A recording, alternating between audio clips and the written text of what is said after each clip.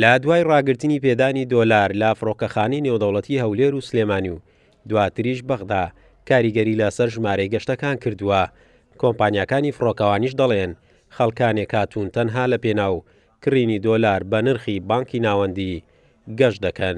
بڕیارێکی باش بوو وەکو هاندانی خەڵک، بەڵام لە هەمان کادا خەڵکانێکە بە هیچ بەرنامەی سەفەری نەبوو تەنها لە بەخاتری ئەو پارە وەردەگرێ دەچوو پلیتێکی هەرزانی دەبڕی بۆ نمونە بۆ ئەستەمبۆڵ 2 شەو دەماوە یان 1 شەو دەمایەوە لەوێن دەرێ دەگو ئەم پلیتەی دەبڕم بە 200-300 دلار و شەوێک لە وتێلی دەمینێمەوە بە 50 دلار ئەوە 350 دلار بە ناخواردن و ئەو شتانە تقریبا 400 دلار دەخۆم، بەڵام من لەو لای 950 دلار وەردەگرم دەچم و دێمەوە 2 ڕۆژیش پیاسەی دەکەم و 500 دلاریش دەخەمە جیرفانم. خەڵکی ما یانیاو هەلیان قۆستۆلەوەی دینار بە دلار بگۆڕن لە فەرقی بینی دلار و دینار شتێک قازانچکەن ڕاستی زۆربەی خەڵکی کاسب بوو، یان خەڵکێک بوو مەسەن معاشەکی معەنی هەیە ماگانە 500 دلار 600 دلار لە شەریکەیەک وەردەگری ئیستیغلالی ئەو وەزعی دەکرد لە بەغدا تکتی دەبڕی 70,000 دلاری خۆی وەردەگرت و فەرق تقریبا 900 تا 1000 دلاری لە دەماوە.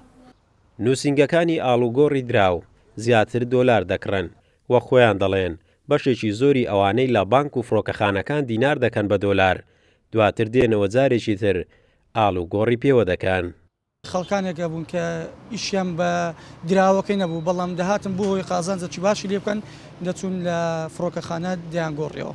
مشتری خۆمانن، ینی پارەی هەر بلیمەری خۆمانی پێ پارەی دیناری عراقی پێ دەیکاتە پارێکی باش، ینی بۆ نە 25 بۆ نە 50 بۆ ئەوەی لەوێ سوودی لێ بینی و بیکاتەوە دۆلار 70,000 پێ بەخشی لەلایەن فڕۆکەخانە بە سیستەمی ئارتیبان.